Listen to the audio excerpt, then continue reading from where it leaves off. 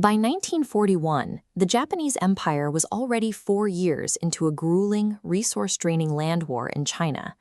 Millions of troops were committed to a mainland campaign that required an endless supply of raw materials to maintain.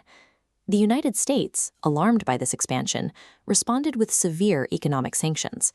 Washington froze Japanese assets and cut off 80. Having studied at Harvard and served in Washington, he possessed a rare, first-hand understanding of American industrial power that many in his government ignored. Yamamoto proposed a massive gamble, a preemptive strike to shatter the U.S. Pacific Fleet in its home port. He believed a single, crushing blow would buy Japan just enough time to fortify its conquests in Southeast Asia. But Yamamoto harbored no illusions about the long-term outcome. He privately warned his superiors that while he could run wild for 6 months, he had no expectation of winning a war that lasted years. Despite this warning, the Japanese High Command authorized the strike. They chose to launch a massive tactical operation, while knowing the strategic odds were stacked against them from the start.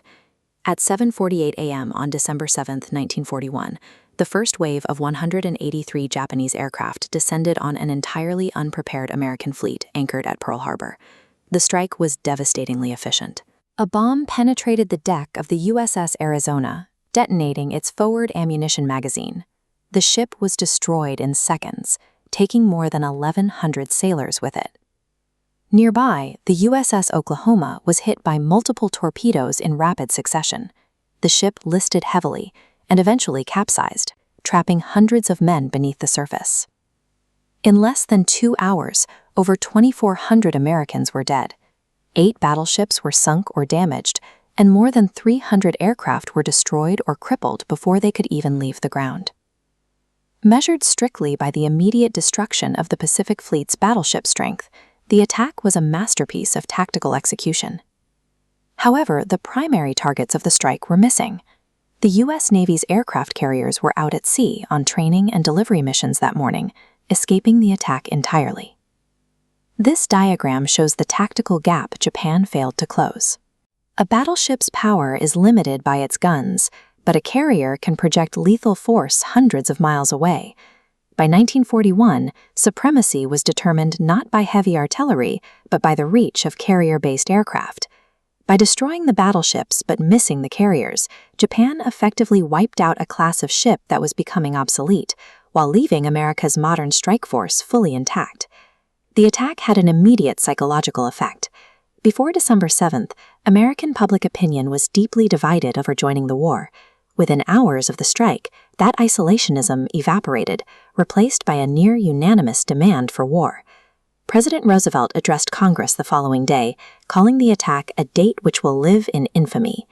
The United States declared war on Japan immediately, entering the conflict on 2 global fronts. The American economy pivoted with incredible speed.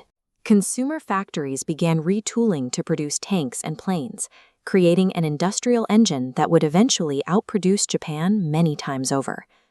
The Japanese attack effectively converted the world's largest civilian manufacturing base into a unified weapon of war, unleashing a level of production the empire's economy could not possibly match. While the U.S. began launching new ships and training thousands of pilots every month, Japan struggled to replace even a fraction of its losses.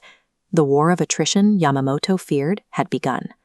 Exactly 6 months after the attack, Yamamoto's warning became a reality at the Battle of Midway. The carriers that had survived Pearl Harbor ambushed the Japanese fleet, sinking 4 of their most vital ships in a single afternoon. The momentum in the Pacific had permanently shifted. From that point on, the Japanese Empire was forced into a slow, terminal retreat, from which it would never recover. Pearl Harbor stands as a historical paradox. It was a flawlessly executed tactical strike that made the strategic destruction of the nation that launched it inevitable.